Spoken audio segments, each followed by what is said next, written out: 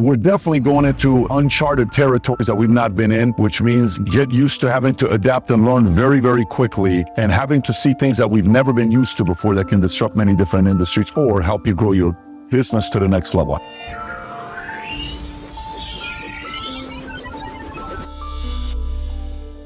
Hang on to your hats, ladies and gentlemen, because what did my friend Jonathan Pajot say? Giants are going to walk the earth once more. And we're going to live through that, maybe.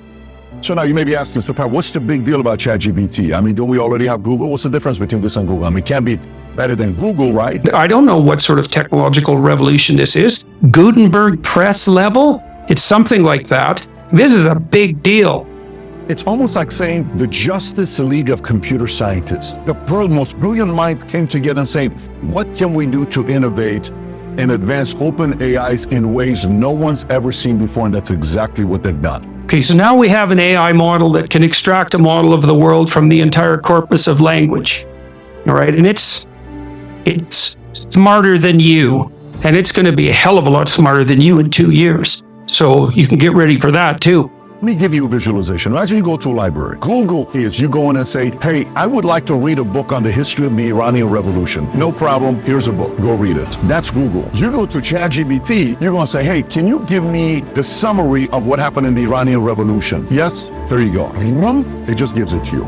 Here, you go do it yourself. Here, I'm going to interact with you. And by the way, in Google, you're talking to a website. In ChatGPT, it's as if you're talking to a human being writing back to you in a conversational style. Okay, let me just put it to you this way. New York Times just came out with an article saying this is a code red for Google. And Elon Musk said in a tweet, this is scary good. We're not far from dangerously strong AI.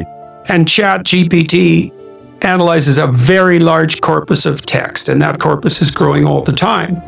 Now, it's already sophisticated enough. I went on to it last week and I said, okay, I asked it, this is what I asked it to do. I said, write me an essay that's a 13th rule for beyond order, written in a style that combines the King James Bible with the Tao Te Ching.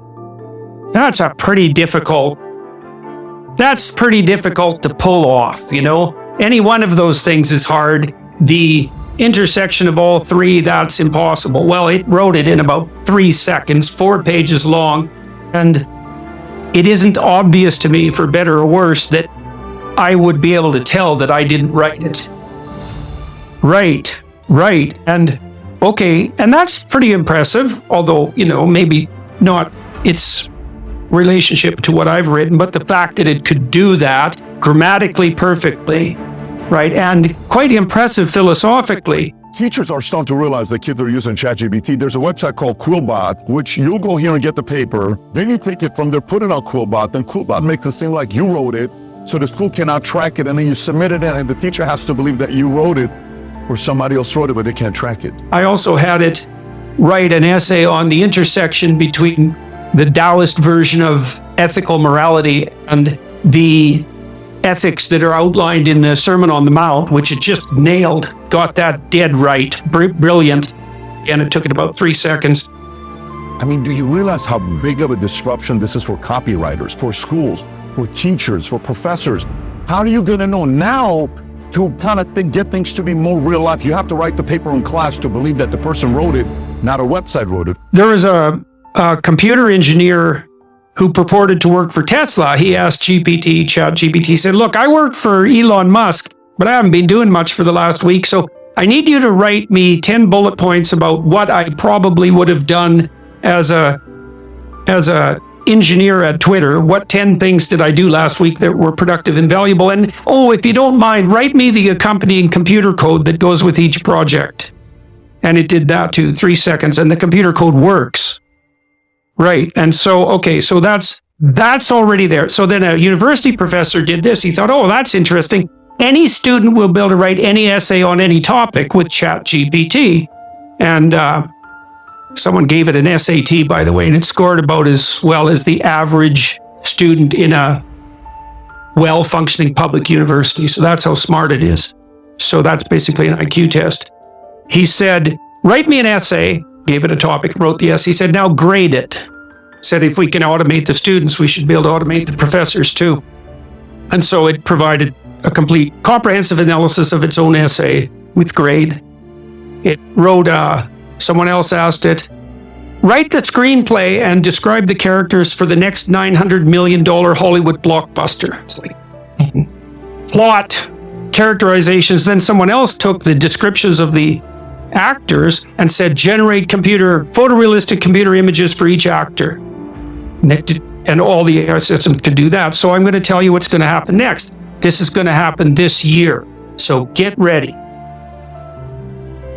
So what does this mean to everybody, to you, to me? To the consumer, it's just another cool tool to use. But to people involved in spaces like technology, copywriting, they're going to experience a lot of disruption. So that could be leading to unemployment, or it could lead to millions of new jobs being created, just like nobody thought some of these websites were being created. Oh my God, that thing's going to eliminate so many jobs. No, Google created jobs, YouTube created jobs, rather that they created many different unique ways of making money. So advancement, innovation coming at a very, very fast pace. And by the way, this may not be the brick phone, but it could be the Nokia phone, okay, that we're talking about with advancement. This is definitely not at the level of the smartphone or the iPhone. So it's going to be very interesting where this AI goes to. But it's not that smart yet because it's just a humanities professor at the moment.